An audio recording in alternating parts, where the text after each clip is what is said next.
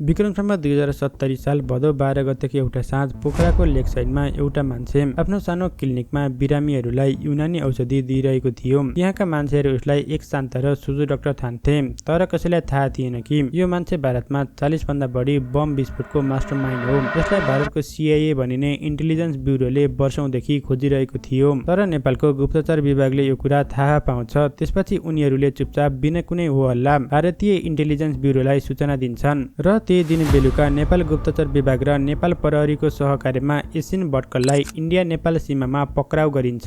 विक्रम सम्वत 2067 देखि पोखरामा लुकेर बसेको एक अन्तर्राष्ट्रिय आतंकवादीलाई एउटा सानो देशको खुफिया संस्थाले फेला पार्यो, जुन काम गर्न अरबौं डलर बजेट भएका एजेन्सीहरू वर्षसम्म गर्न सकेकै थिएनन्। यो हो नेपाली गुप्तचर विभागको असली शक्ति। आजको भिडियोमा हामी त्यही रहस्यमय संस्था नेपाल गुप्तचर विभागको बारेमा कुरा गर्नेछौँ। नेपालको गुप्तचर विभागको इतिहास सुरु हुन्छ विक्रम सम्वत 2013 मा। तत्कालीन राजनीतिक परिवर्तनपछि नेपाल सरकारले पहिलो पटक औपचारिक रूपमा खुफिया संस्था स्थापना गर्यो, जसलाई भनिन्थ्यो नेपाल गुप्तचर विभाग। यो संस्था त्यतिबेला एसियाकै उत्कृष्ट क्षेत्रीय खुफिया संस्थाहरूमध्ये एक मानिन्थ्यो। त्यसपछि आयो विक्रम सम्वत 2047 को जनआन्दोलन। त्यो ऐतिहासिक राजनीतिक परिवर्तनपछि यो संस्थालाई पुनर्गठन गरेर नयाँ नाम दिइयो, राष्ट्रिय अनुसन्धान विभाग, अङ्ग्रेजीमा NID।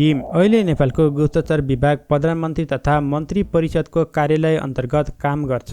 यसको हेडक्वार्टर काठमाडौँको सिंहदरबारमा छ र देशको सबै 77 जिल्लाहरूमा यसका कार्यालयहरू फैलिएका छन्। यसको मुख्य जिम्मेवारी भनेको आन्तरिक सुरक्षा, सीमापार आतंकवाद, मानव तस्करी, मनी लन्ड्रिङ र आर्थिक अपराधको सूचना सङ्कलन गर्नु हो। पाकिस्तानको ISI, चीनको MSS र भारतको RA एजेन्टहरूलाई नेपालमा पहिचान गर्ने काममा गुप्तचर विभागले महत्त्वपूर्ण भूमिका खेलेको छ। अब आउनुहोस् सबैभन्दा रोचक भागमा। विश्वका शक्तिशाली खुफिया एजेन्सीहरूसँग नेपाल गुप्तचर विभागको तुलना। अमेरिकाको CIA सँग करिब 97,000 कर्मचारी छन् र वार्षिक 8,000 अर्ब रुपियाँ भन्दा बढी बजेट खर्च गर्छन्। CIA ले विश्वभरि गोप्य अभियान सञ्चालन गर्छ, विदेशी सरकार ढलाउन र बनाउन सक्ने क्षमता राख्छ। भारतको RA विक्रम सम्वत 2025 मा स्थापना भएको थियो। नेपालमा RA एजेन्टहरू खुला रूपमा घुमिरहेका पाइन्छ।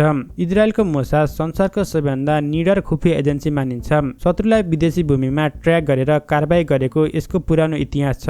अब नेपाल गुप्तचर विभाग हेर्दा यसको बजेट र जनशक्ति सार्वजनिक छैन, तर विशेषज्ञका अनुसार गुप्तचर विभाग अहिले स्रोत र प्रविधिको हिसाबमा यी एजेन्सीहरूभन्दा निकै पछाडि छ।